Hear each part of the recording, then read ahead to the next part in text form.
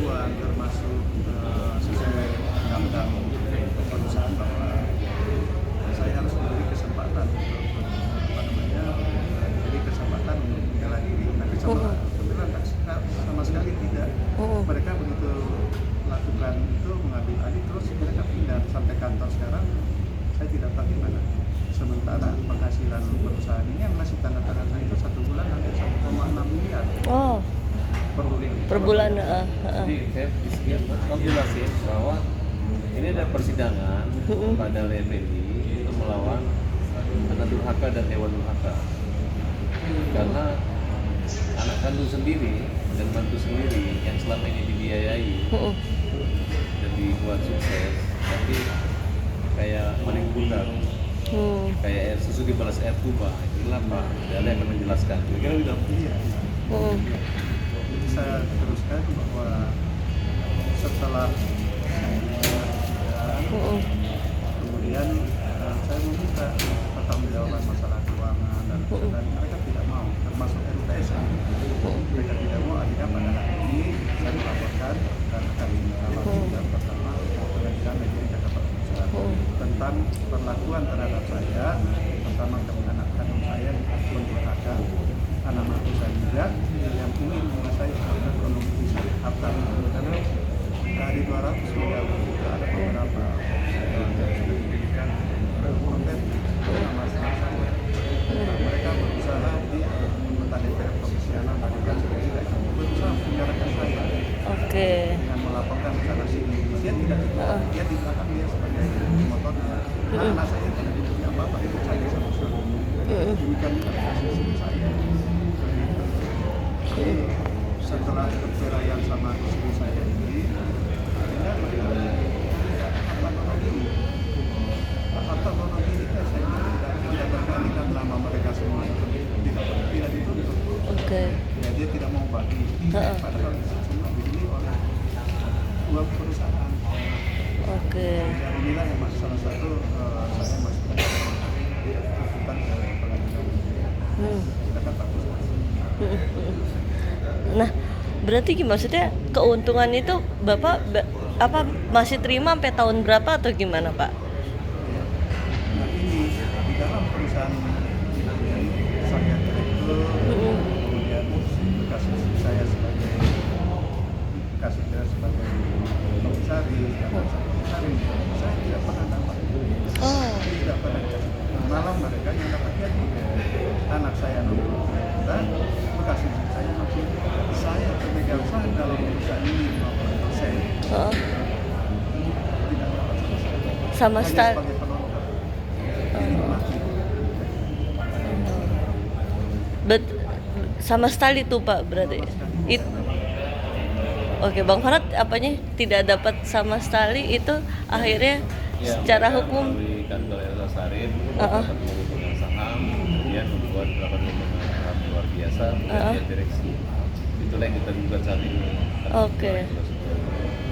Kita sudah laporkan secara pidana data untuk membatalkan Kenapa Pak? pemecatan Om sebagai direksi. Karena di sini ada 2 PT, Daun Nusantara dan Nusantara Bahari.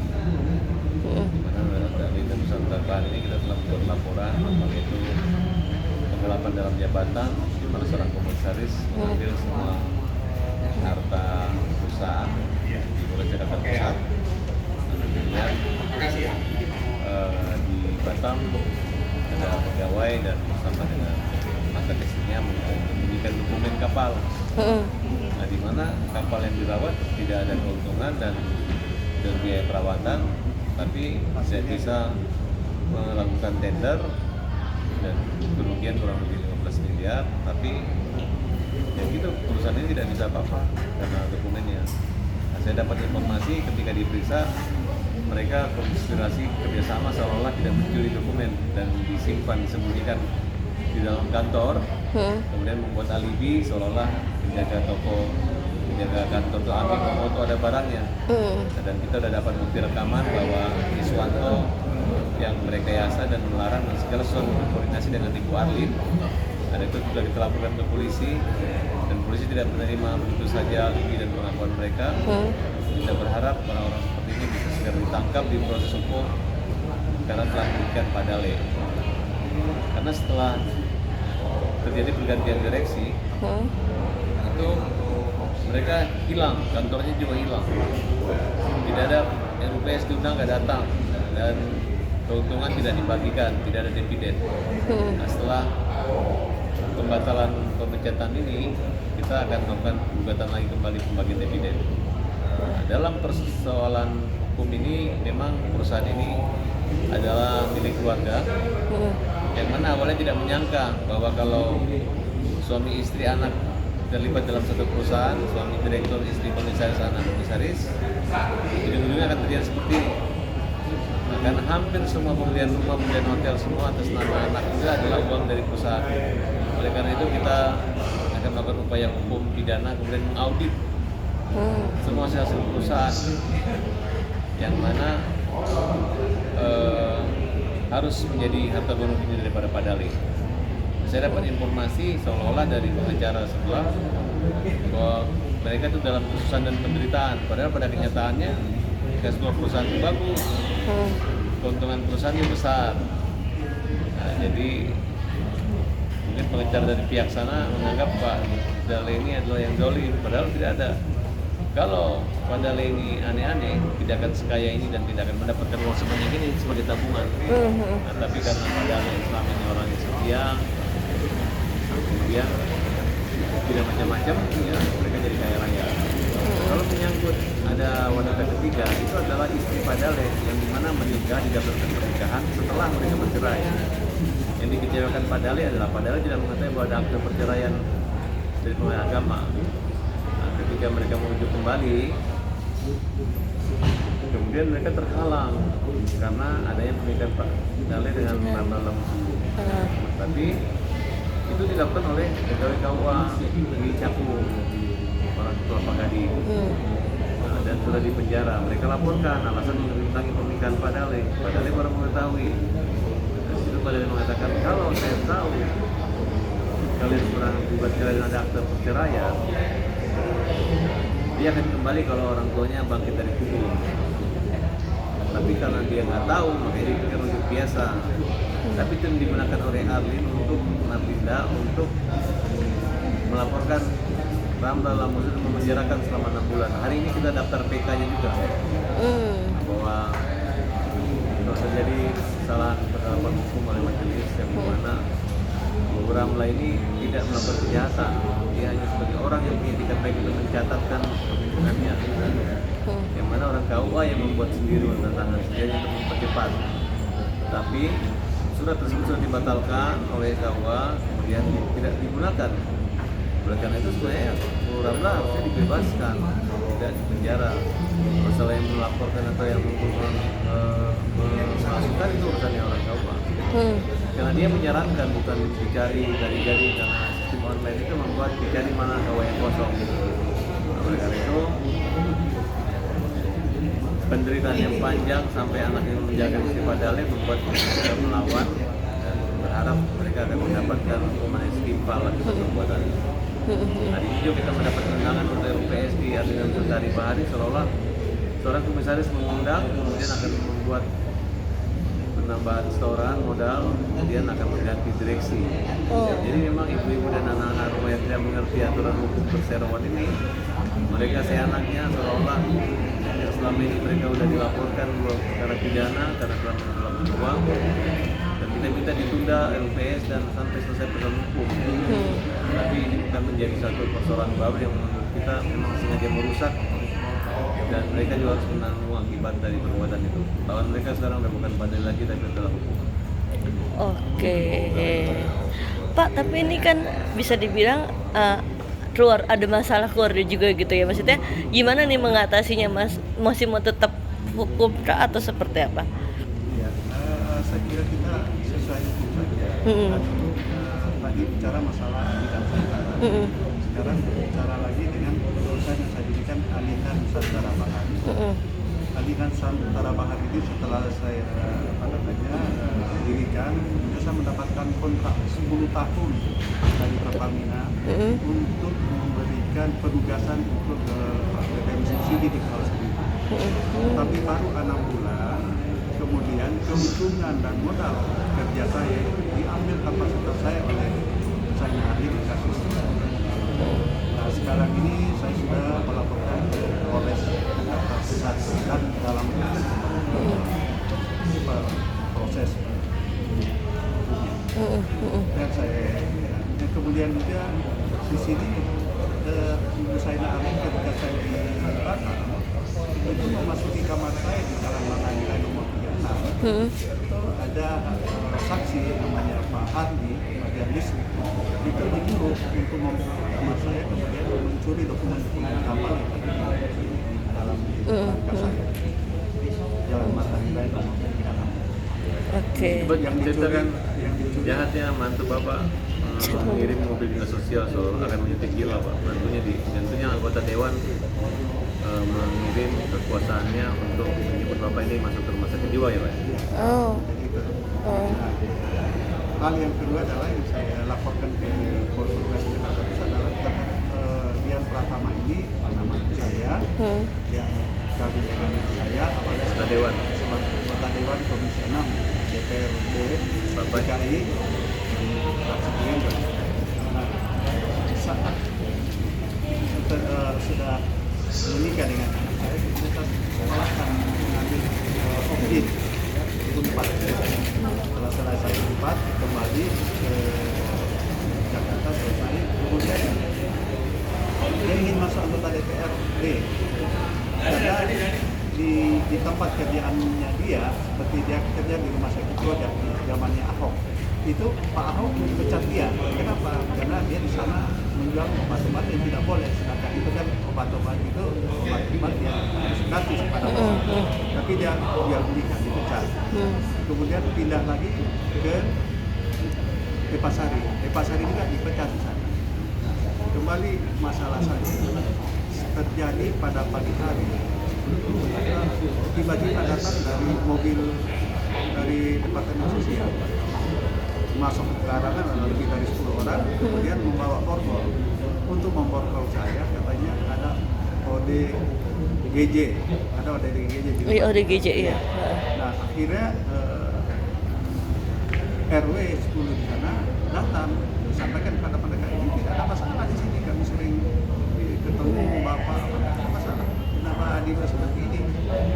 Dalam percakapan itu datang lagi dari kepala puskesmas kecamatan dan kepala puskesmas kelurahan Pakapuri.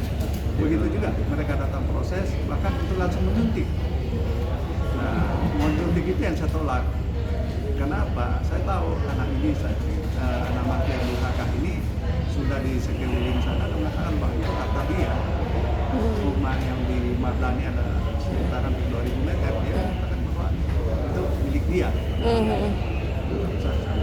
Padahal itu sebenarnya tokoh masyarakat di sana tahu, maka itu saya pilih jauh sebenarnya. Jadi intinya bahwa kalau mereka bilang saya gila, itu berarti nanti harta gunung ini sudah saya soalnya saya tidak tahu. Sudah jatuh ke mereka. Nah ini yang saya jaga sampai saya nolak untuk disuntik. Atas dasar itu, kemudian masyarakat saya pada laporkan saja ke polisi. Pencemaran nama baik. Nah, saya sudah laporkan di Polres Jakarta Pusat dan sekarang ini kita dalam proses, sedang dipanggil saksi-saksi, termasuk para dokter yang datang di rumah saya pada saat itu dan tidak membawa surat perintah. Datang tiba-tiba, saya tanya, ini perintah siapa? Dia bilang kami hanya ditelepon seorang anggota DPRD DKI. Siapa namanya? Dian Pratama. Kenapa Anda masih mau ikut dengan itu? Mereka bilang suara anggota DPRD itu adalah suara Tuhan. Jadi kami tidak takut Pak dipindah, apalagi beliau itu bagian membidangi masalah kesehatan. Itu sama. Oke. Berarti terakhir dari kapan Pak putus komunikasi? Maksudnya udah tidak ada komunikasi dari sama Pak Rena? Putus komunikasi itu sejak mereka mengambil alih semua perusahaan ini. pindah kantor tidak, saya tidak pernah tahu di mana Iya, kantornya, iya. komunikasi dengan tidak ada, baik tanam komunikasi semua itu diputus hubungan. Sebutkan Pak harta-hartanya apa aja Pak? Akan dibahas. Alamatnya dulu. Jadi kalau harta yang sekarang yang dibeli oleh perusahaan, hotel di Jalan Jaksa, kemudian Hotel Alinda, kemudian juga di Jalan Jaksa itu sampai kelurahan ada sekitar 430 meter tanah perusahaan. Di Mardani Raya juga yang 2000 meter, hampir 2000 meter itu dibeli oleh perusahaan. Kemudian Marla Skincare yang ada di Grand Pramuka Square di Kalimantan ini itu 8 miliar lebih saya dibeli oleh perusahaan. Kemudian tanah ada 40 hektar di Muara Gembong, mereka juga kuasai semua. Rumah di Jalan Berdikari mereka juga kuasai. Kemudian rumah kos di Saliparaya, nanti sama waktu itu saya buat jalan ini itu juga mereka kuasai. Terus ada lagi rumah di Tanjung Priok, Jalan Berdikari, Jalan Kebun Bawang 1, kemudian ada apartemen 2, satu di Tamrin City, sekarang mereka kuasai. Yang sayanya tempatnya ini ada di Mall, itu aja saya. Yang lain mereka semua kuasai, termasuk rumah di Makassar, pusat mereka kuasai, dan ruko di Balikpapan 2 pintu 5 lantai mereka juga kuasai. Oke. Ini yang sudah saya perjuangkan. Berarti totalnya semua kira-kira berapa, Pak? Yang diambil sama mereka itu berarti Iya, kalau kurang lebih. iya, kalau total kerugian yang mereka ambil itu hampir 30 miliar lebih. Oh. Kemudian juga uang yang selama ini yang dipegang oleh Saina Arlin. Saina Arlin ini kan komisaris, tetapi mereka keuangan di perusahaan. Pada saat itu saya tegur, kan sebagai komisaris tidak boleh memegang keuangan, kita tinggal lain. Apa kata dia? Bahwa ini tidak kemana-mana uangnya, biarin saja. Nah, saya juga sebagai suami tentu menganggap kita pernah terjadi seperti ini, ya saya membiarkan saja. Tapi ternyata setelah terjadi perceraian, alasannya bahwa dari tahun 2014 sampai 2022 itu tidak ada bahagia, hampir 40 tahun. Tetapi saya pertanyaan saya, kalau tidak bahagia 40 tahun, kenapa harta warisan setelah terkumpul diambil alih baru minta cerai?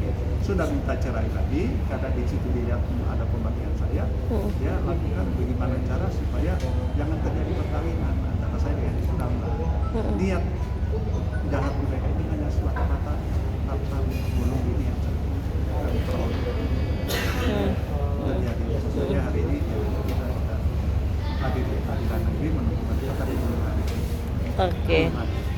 Bang Farad ada yang mau disampaikan lagi? Ya kalau saya lihat ini kan persoalan keluarga harusnya sebenarnya diselesaikan secara kekeluargaan. Iya. Karena sudah ada masukan-masukan dari pengacara sehingga kita nggak panjang.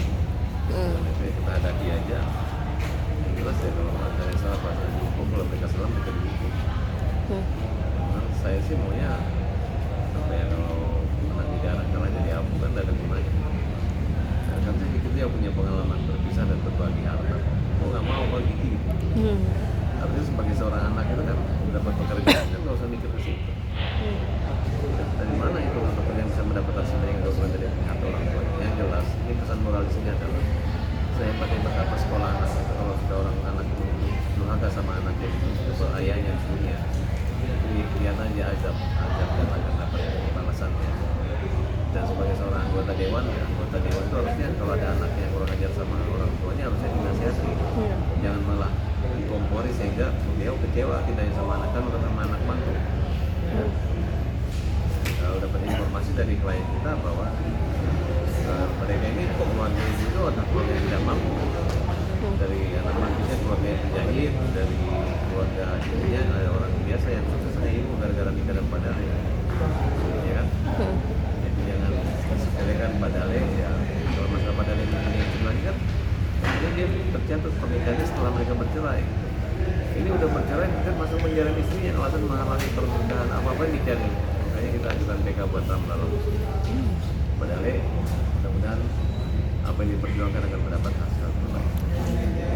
And okay.